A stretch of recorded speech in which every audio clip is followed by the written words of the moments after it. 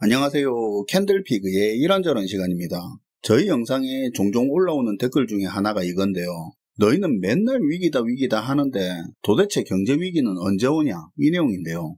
이런 분들은 경제위기라는 게 영화에서처럼 경제가 괜찮다가 어느 특정 시점을 기준으로 갑자기 발생하는 것처럼 너나 할 거 없이 모두가 갑자기 힘들어지는 것처럼 그렇게 경제위기가 시작된다고 받아들이기 때문에 이런 이야기를 하지 않을까 짐작을 하는데요.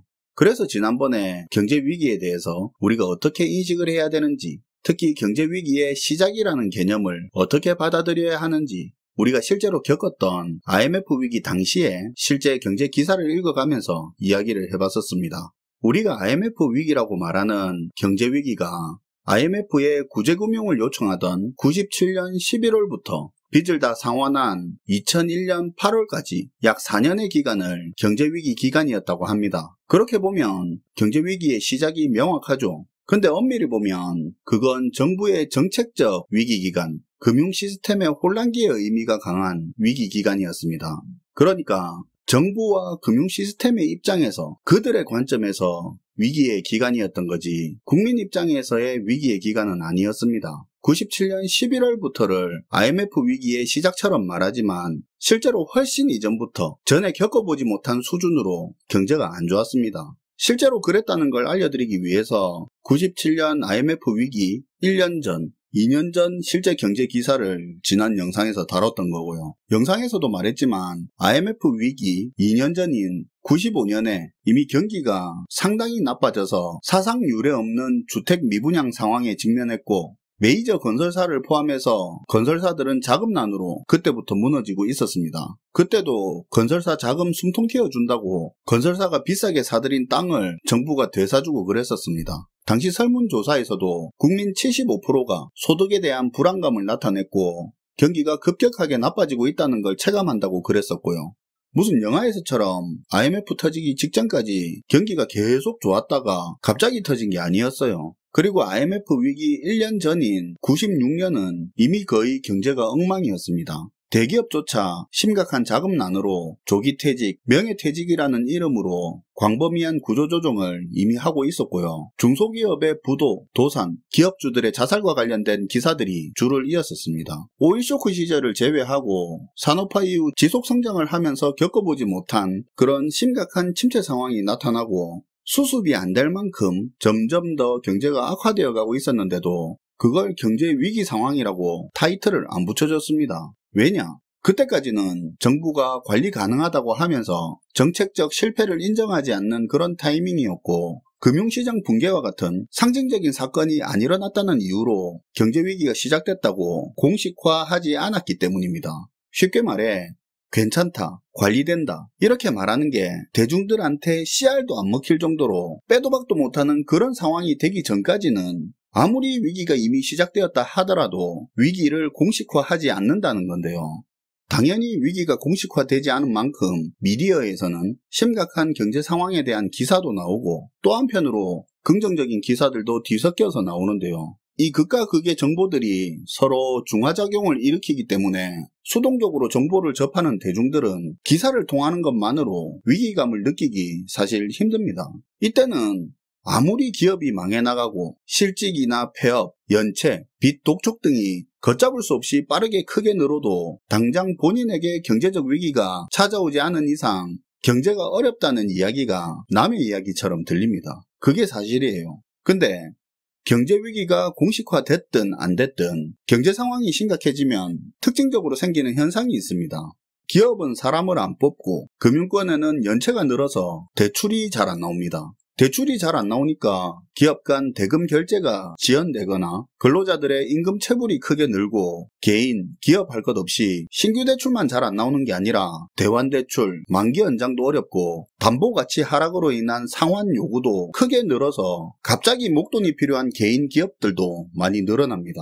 이건 특징적인 거예요. 경제 어렵다는 이야기가 강 건너 불난 이야기처럼 들리던 사람들도 실직해서 막상 새로운 일자리 찾아야 되는 상황에 처하고 나서야 이게 그동안 자기가 알고 있던 거랑 완전히 달라진 일자리 상황에 당황하기 시작하고 사업자들은 당연하게 나올 줄 알았던 대출이 막히거나 갑작스러운 상환 요구로 자금난에 빠져들고 나서야 그때서야 경제 상황에 대해서 깨닫게 되는 거죠. 경제 위기가 공식화되는 것과는 별개로 개인의 입장에서 경제적 위기 상황에 돌입하는 시점은 서로 다 다른 겁니다. 소득이 안정적이거나 빚이 없는 사람에게는 그 위기가 늦게 찾아오거나 안 찾아올 수도 있고요. 이게 경기가 주기적으로 수축됐다 확장하는 그런 사이클상의 경기 하강 국면에 발생하는 수준하고는 완전히 다른 겁니다. 어쨌든 실제로 위기가 시작이 됐지만 위기가 공식적으로 받아들여지지 않은 기간이 지속되는 동안 위기에 직면하는 사람과 기업이 늘고요. 그리고 이들이 늘고 늘다가 어느 시점을 넘어서면 이 속도가 급격하게 빨라지는데요. 그러다 결국 경제위기를 공식적으로 인정할 수밖에 없는 어떤 사건이 발생하는 겁니다. 어떤 형태로든 위기가 공식화되면 이제부터 대중들이 피부로 느낄 정도로 언론에서 긍정적인 전망, 기대감과 관련된 기사들이 줄어들고요. 그리고 또 이미 벌어지고 있는 일이었지만 그동안 집중해서 다루지 않던 경제 문제에 대해서 마치 이제 터지고 있는 일처럼 광범위한 부분에서 다루기 시작합니다. 또한 금융기관과 그 임직원들의 횡령, 배임, 유착 등 각종 비리와 관련된 사건들이 크게 등장하는데요. 그럴 수밖에 없는 게 산업 현장에서 중대재해가 발생하면 그제서야 안전규정 준수를 했는지 작업 지시에 문제가 없었는지 조사를 하면서 그동안 묵혀놓았던 관행적으로 했던 문제들이 수면 위로 드러나잖아요. 그거하고 비슷하게 금융도 크게 다를 건 없습니다. 근데 사실 경제위기라는 게 주가나 그런 자산가치 하락을 필연적으로 동반하잖아요. 그리고 그 자산가치 하락은 바로 피부로 느껴지기 때문에 자산가격 폭락이 오면 아 경제위기구나 그렇게 생각하는 경우가 많단 말이에요. 경제위기 언제 오냐 경제위기 언제 오냐 그런 식으로 말하는 사람 대부분이 주가 폭락과 경제위기의 시작을 일치시켜서 이해하는 경우도 많고요. 근데 이게 무슨 소린가 싶겠지만 주가를 가지고 경제위기를 체감하기는 어렵습니다. 이 말에 공감 못하시는 분 분명히 계시겠지만 차분히 한번 들어보세요. 예를 들어 만약에 주가지수가 1, 2주 만에 20% 정도가 빠진다고 치면 그때는 아마 위기감을 당연히 느낄 겁니다. 주가가 급격하게 떨어지고 있을 때 이 정도는 바닥이라 생각하고 올인한 사람, 물타기 크게 하는 사람도 있을 텐데 그걸 비웃듯 주가가 계속 내리꽂으면서 그 짧은 기간 안에 기회라고 생각했다 자포자기하는 사람도 있고 이걸 빼야 하는지 어째야 되는지 어찌할지를 몰라 발만 동동 구르는데 뉴스에서는 안 좋은 내용들만 나오고 투자 전문가라는 사람들도 말 한 번 잘못 꺼냈다 역적될 수도 있으니까 하나만한 소리만 하면서 몸살이고 사람들은 분명 공포감을 느낄 거예요. 그런데 이런 상황도 한번 생각해 보자고요. 결과적으로 똑같이 주가가 20% 정도가 빠진다고 하더라도 만약에 이게 짧은 기간에 빠지는 게 아니라 한 1년 동안 지수가 질질 흐르다가 중간에 크게 한번 반등을 하고 또 반등한 것보다 더 떨어졌다가 또 반등하다가 그리고 반등한 것보다 더 떨어지는 걸 또 반복하면서 결과적으로 1년 동안 큰 폭의 하락을 했다고 치면 그때도 과연 단기간에 급격하게 하락했을 때처럼 위기감이 들까요? 절대 안 그렇겠죠. 주가가 일직선으로 하락하는 것도 아니고 며칠 크게 빠지면서 놀라고 경제 안 좋다는 기사에 귀 좀 기울이다가 또 1, 2주 보합 상태 유지하면 금방 또 그 위기감은 없어집니다. 주가에 적응을 해버리죠. 그러다 또 반등세가 나오면 호재에 관심을 가지고 기대도 하고 또 그러다 하락이 오면 놀랬다가 적응했다. 반등 오면 또 기대하고 순간순간 가졌던 심리 상태가 한 달을 못 갑니다. 사람의 심리가 그렇게 일관성 있게 장기적으로 유지되는 게 아니란 말이에요. 오죽하면 21선을 심리선이라고 부르겠습니까? 주가를 통해서 경제위기를 느낀다는 거 그거 생각보다 어렵습니다. 잠깐 위기가 아닐까 느끼는 순간이 있을 뿐이에요. 그런데도 사람들은 주가 하락으로만 위기를 인식하려는 겁니다. IMF 외환위기 때도 똑같았습니다. IMF 위기 당시의 주가 흐름만 보면 주가 흐름을 통해서 위기 상황을 인식하는 게 쉽지 않다는 걸 알 수 있는데요. 화면 잠깐 보시죠. 1994년 11월을 기준으로 당시 코스피 지수가 1145를 찍어서 최고점이었습니다. 그리고 95년 들어 경기가 눈에 띄게 나빠지면서 부동산 미분양이 사상 최고치를 기록하고 메이저 건설사들도 위기에 처하는 등 부동산 경기가 차갑게 식으면서 거의 반년 동안 코스피 지수가 27%가량 빠졌어요. 사람들이 위기감을 느꼈을까요? 금방 4, 5개월 만에 또 지수가 22%가 올라버립니다. 앞에서 말했다시피 96년은 산업 전체적으로 기업들이 안 좋아져서 구조조정이 광범위하게 일어나고 대기업들도 자금난으로 초비상 긴축 경영에 들어갔던 그런 시기였습니다. 이 정도로 경기가 악화되는 걸 겪어본 적이 없었기 때문에 직장인이든 사업하는 사람이든 경제가 안 좋다는 걸 못 느낄래야 못 느낄 수가 없었단 말이에요. 지수도 내렸죠. 하지만 그 와중에도 몇 개월은 큰 폭의 상승이 나왔단 말이에요. 지수가 오르던 그 순간에 주식이 오르고 있는데 사람들이 그 순간에도 여전히 위기감을 느끼고 있었을까요? 느끼다가 또 까먹었죠. 더 의미 있는 건 97년도입니다. IMF의 구제금융 신청은 97년 11월 달에 했지만 97년은 새해 들어서자마자 이미 누구도 부정할 수 없는 경제위기 상황이었습니다.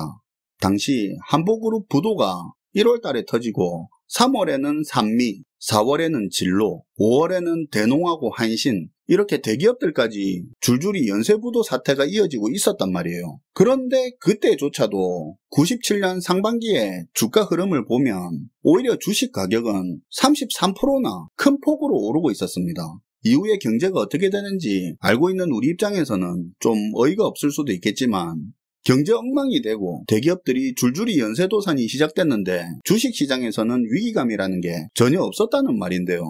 이렇게 보면 우리가 기억하고 있는 위기는 97년 8월 이후로 단기간에 주식 가격이 걷잡을 수 없이 폭락하고 정부가 경제정책 실패를 인정하고 IMF에 손 벌리게 된 그때만 기억을 하고 있는 거예요. 어쨌든 그렇게 1997년 말 경제위기가 공식화되고 1998년, 99년은 정말 우리나라는 지옥 같은 경제위기를 보냈습니다. 근데 이때 주가는 어땠냐? 1998년에 들어서면서 300대 중반이었던 코스피 지수는 또 2달 만에 500대 중반까지 치고 올랐어요. 그리고 또 300대로 폭락을 하고 또 얼마 있다가 99년에 들어 그렇게 대기업들이 줄줄이 망해가는 경제 상황인데 1100까지 올라갑니다. 그러다가 또 그게 반년 만에 또 반토막이 나버리죠. 주가지수를 가지고 경제 상황을 이해하려던 사람들이 경제위기인가? 아, 회복 시작했다. 아닌가? 너무 성급했나? 아, 이번엔 진짜 반등이네. 또 아니네. 이렇게 얼마나 오락가락 했겠습니까? 우리 심리가 한 달을 꾸준하게 유지가 안 됩니다. 주가로 경제위기를 이해하는 건 어려워요.